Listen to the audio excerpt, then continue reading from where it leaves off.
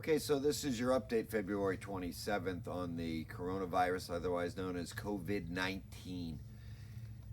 Yesterday's sell off in the stock market was particularly brutal. It wasn't as bad as a 1,031 point Dow sell off we saw a few days ago, but in the scope of the sell off, it was much more brutal.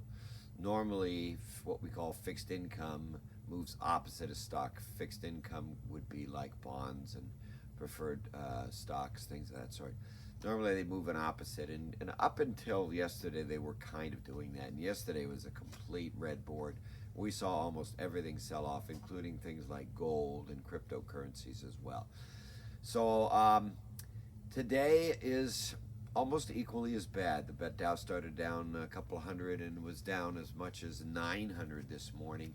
Right now, as I'm recording, this is about 11:30 Pacific Standard Time on Thursday. The Dow's down about 655, and again, we're seeing almost a complete red board. So let's update the virus. So you'll know we only have only 82,589 cases worldwide. So it's not, the new cases are not really rampant. It's where they are is what's going on here. Mortality is 2,800 out of the 82,000. So it's about 3 point something percent of mortality rate. Remember the SARS virus in 2003 was about a 10% hit rate, 10% mortality rate. So the number of cases is slowing. However, the number of new cases outside of China finally exceed the number of new cases in China. So that's kind of a milestone. And I would say that, we're only seeing the real elderly, for the most part, getting into real trouble with this thing. Usually the young people and middle-aged people, we're not seeing a lot of mortality in that range. So it is more the fear than actually how many people it will actually kill that's paralyzing the markets. Obviously people are moving around. Some of the things that we're seeing, announcements from other countries here, we've now got 50 countries that are affected, and the milestones that are hitting the news, which is making people a little bit upset. Israel's Ministry of Health is mandating a 14-day quarantine for all travelers who have visited Italy in the last 2 weeks. About 60 new cases diagnosed in Europe outside of Italy in the last 4 days.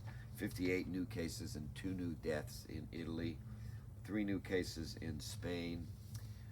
2 new cases in Greece, 1 new case in Israel, 1 new case in Austria, and 3 new cases in Switzerland, and so on and so forth. Japanese government is asking all schools in the country to close beginning March 2nd until April. So that's fairly significant. Of course, they can change that.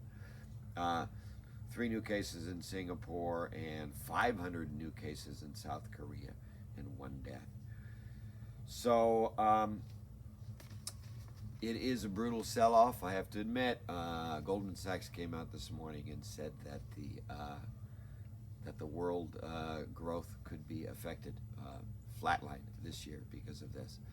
So we'll just have to see. Those of you who can't tolerate market movement in your portfolios, FDIC, insured CDs, Treasury bills, short-term Treasury bills might be a place you can hide.